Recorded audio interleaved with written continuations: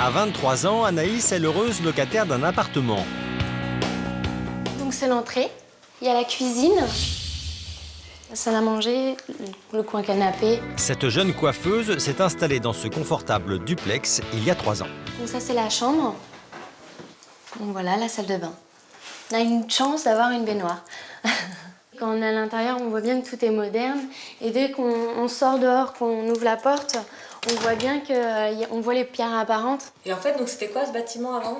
C'était un ancien corps de ferme qui a été rénové pour faire des logements. Avec un loyer qui pourrait faire des envieux. 483,24. 483 € de loyer pour 50 mètres carrés auxquels s'ajoute une cave et un garage. C'est 40% moins cher que le prix du marché, et pour cause. Ça c'est mon HLM où j'habite. Anaïs gagne 1 400 € par mois. Son duplex est un logement social. Quand on entend logement social, on pense en général à ça. Des tours et des barres d'immeubles en périphérie des villes. Ça ne fait pas forcément rêver, mais c'est pour beaucoup de Français une nécessité. Le logement est le principal poste de dépense des Français. Actuellement, 55% des Français pourraient prétendre au logement social. Les classes moyennes sont touchées par ces difficultés de logement, ce qui n'était pas le cas il y a 15 ans. Donc là, on a un phénomène vraiment nouveau. Et puis, une autre catégorie de la population, ce sont les jeunes qui ont du mal à s'insérer professionnellement et qui, en plus, ont du mal à s'insérer dans un logement. Les communes de plus de 3 500 habitants sont dans l'obligation d'avoir 20% de logements sociaux. Elles n'optent plus pour les grands ensembles impersonnels, espaces résidentiels discrets, architecture soignée. Les HLM se fondent dans le décor et se nichent même au cœur des villages. Ça fait pas du tout logements sociaux ni barre d'HLM. Ça garde son charme, c'est joli. Ils pensent pas du tout à ça. Ancien presbytère ou corps de ferme rénové, fait-il bon vivre dans ces nouveaux HLM à la campagne? Philippe Ferrand, le maire de Jusier, est fier de présenter ses logements sociaux. Aujourd'hui, lorsque nous faisons visiter la commune, nous profitons également de cet espace pour dire, ben voilà, regardez, là on passe devant des logements sociaux. Et là, bien sûr, tout le monde les cherche. Tout le monde se retourne pour voir, mais non, ce ne sont pas des logements sociaux. Si, c'est du logement social que nous avons créé ici. Des logements si discrets que certaines personnes ne les ont même pas remarqués au bout de 3 ans. Je sais qu'il y a des immeubles, mais des HLM, mais je ne crois pas. Vous pensez que c'est des HLM que vont faire là-haut? Il y en a déjà? Non. Il y a des immeubles comme ici, maximum 4 étages, pas plus. Mais là, en fait, ça va être plus haut que ça. Non, ça existe déjà, c'est sur 2 étages, c'est tout. 2 étages, c'est bien. C'est pas un HLM alors. C'est pas un HLM. C'est un immeuble.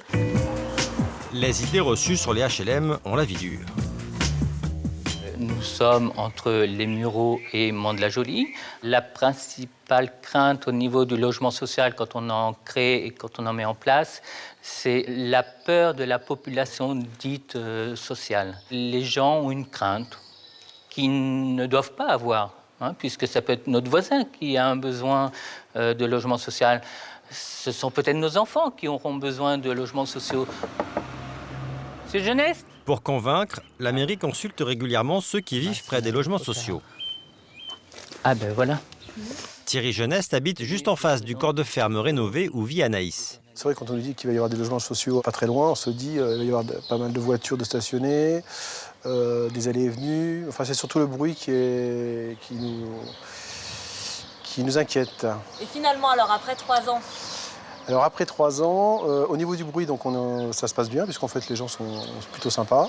Tant que tout le monde respecte le calme de la rue, il n'y a pas de souci. Alors par contre, il faut peut-être pas concentrer, donc là ça va si vous voulez, mais en faire d'autres, je pense que ça poserait problème. On doit construire sur Jusier plus de 280 logements sociaux. Nous n'en avons que 50, donc voilà. Il va peut-être falloir en mettre quand même encore un peu à proximité. Ou pas trop près. Un peu, mais on peut les faire diffus, effectivement, et je suis d'accord.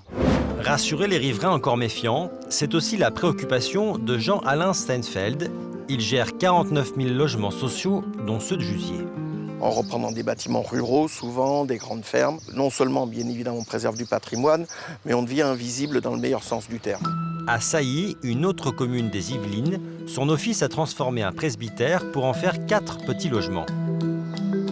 Quand on prend des petits logements comme c'est le cas là, on prend les deux bouts de la chaîne. C'est ou des personnes âgées ou des très jeunes. C'est rarement des familles avec beaucoup d'enfants. Dans les villages, permettre à des gens qui ont des retraites modestes de rester chez elles, c'est également bon pour les villes, ça maintient une mémoire et puis c'est une question de dignité.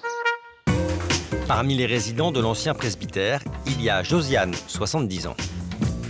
J'habite ici depuis 18 ans. Je suis arrivée à la suite du décès de mon mari. J'ai cette grande pièce-là, j'ai ma cuisine, j'ai une grande chambre, une salle de bain. Non, moi, je suis très bien. Hein. J'aimerais pas déménager. Voilà. Ce qui est bien, c'est qu'ils ont gardé cet arrondi. C'était pour remettre la statue de la Vierge. Ben, on est dans un presbytère. Hein.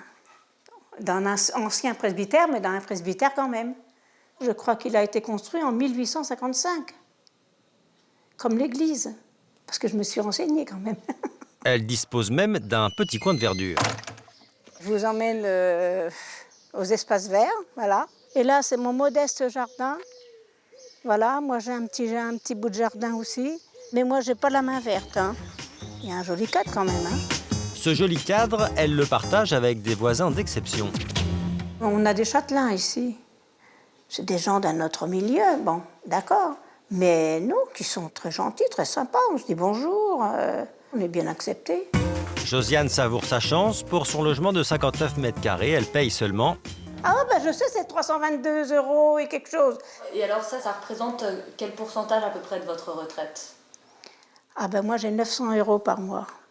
C'était important d'avoir un loyer qui soit pas trop élevé non plus. Ah ben évidemment, sans quoi j'aurais pas pu subvenir à mes besoins. Et puis comme moi j'ai beaucoup de petits-enfants, je suis heureuse de pouvoir les gâter. Un meilleur pouvoir d'achat dont bénéficie aussi Anaïs. Pas facile alors de quitter son logement HLM. Le parc locatif social, normalement, il est destiné à accueillir les gens de manière temporaire pour les dépanner pendant une certaine période de leur vie où ils sont en difficulté. Aujourd'hui, l'écart entre les loyers du social et les loyers du privé sont tels qu'on n'a plus intérêt à changer. On va avoir un loyer qui va passer du simple au double. La loi ne prévoit pas de durée maximale d'occupation pour ses locataires. Tant que je veux pas plus grand et que financièrement je peux pas acheter, oui, je me vois rester ici. De toute façon, depuis qu'on est tous rentrés les 9, il n'y en a pas un qui est parti. Je pense qu'on se rend compte de la chance qu'on a. Je laisserai pas ma place. Pas tout de suite. Rien que dans le village d'Anaïs, 21 personnes ont fait une demande de HLM. Ils devront patienter.